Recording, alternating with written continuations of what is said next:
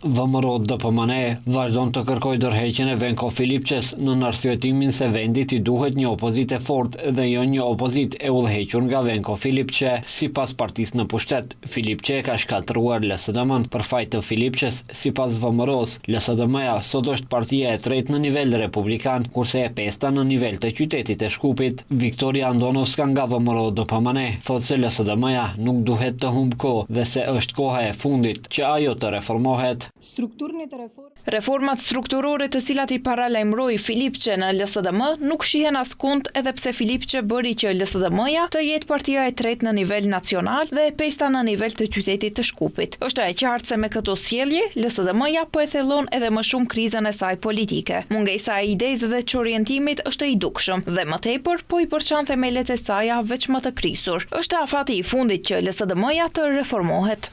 Dorëheqjen e Filipçes, VMRO DPMNE e kërkoi edhe dje nga kjo parti, shtojnë se pa heqjen e dyshës Filip Qezaev nuk ka reforma të mirëfillta në partinë opozitare. Këto kërkesa të VMRO-s vijnë pasi LSDM-ja në zgjedhjet e fundit lokale fitoi vetëm në 6 komuna.